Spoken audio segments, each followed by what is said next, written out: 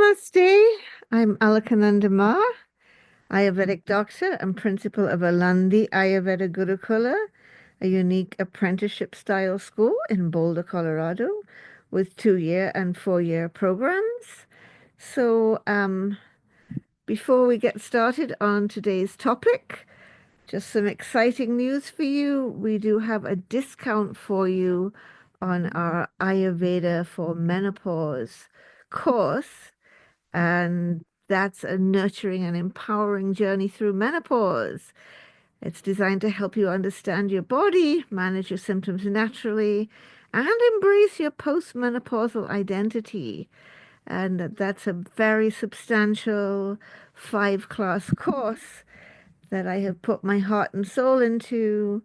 I'll put the discount code in the description and also the link to that class. So think about that. It's going to be a really great class to have.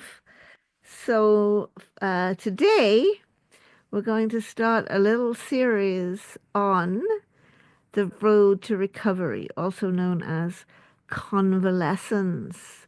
Of course, I was inspired to do this series because I did just recently have surgery, and so I've been working with recovering from surgery.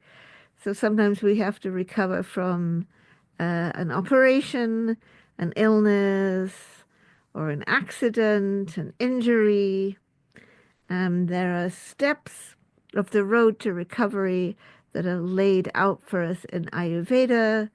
Step number one, of course, is proper nutrition. What is the proper nutrition we should have when we are recovering, when we are convalescent? During convalescence, we want to begin by thinking about having a light and easily digestible diet. Think khichdi, soupy khichdi. Think soups. Think things that are very nice and easy to digest.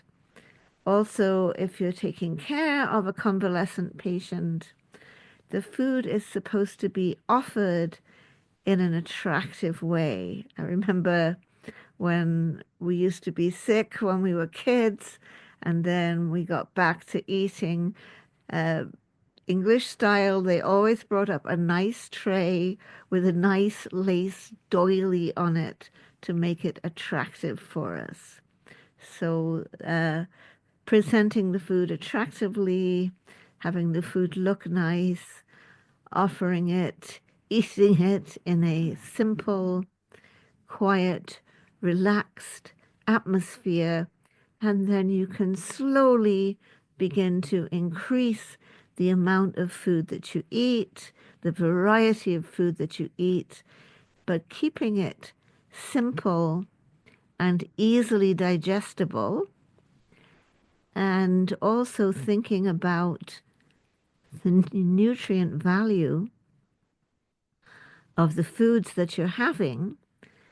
At this time, you can't afford junk food. You can't afford food that is of low nutrition.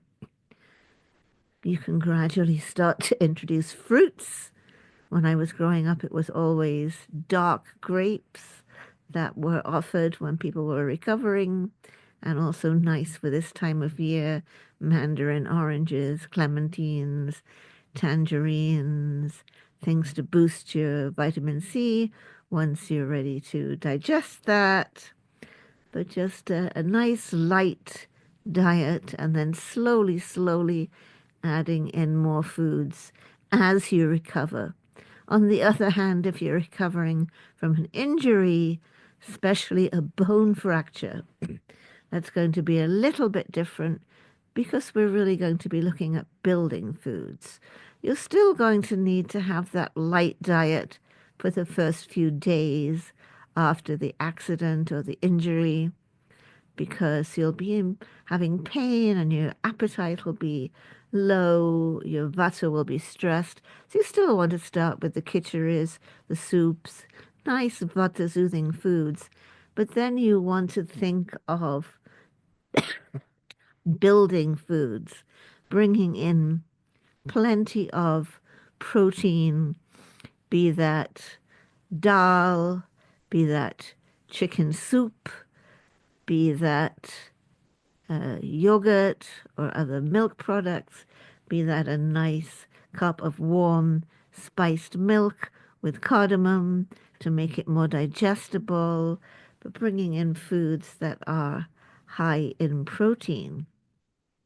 So, with these simple steps, so Langana, we say light diet when we're recovering from an illness or an operation.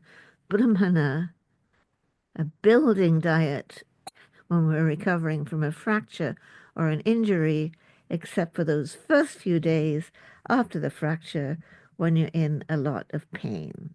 So that's the very first step of convalescence or the road to recovery. Don't forget to press the like button, subscribe to the channel, and we'll see you next week.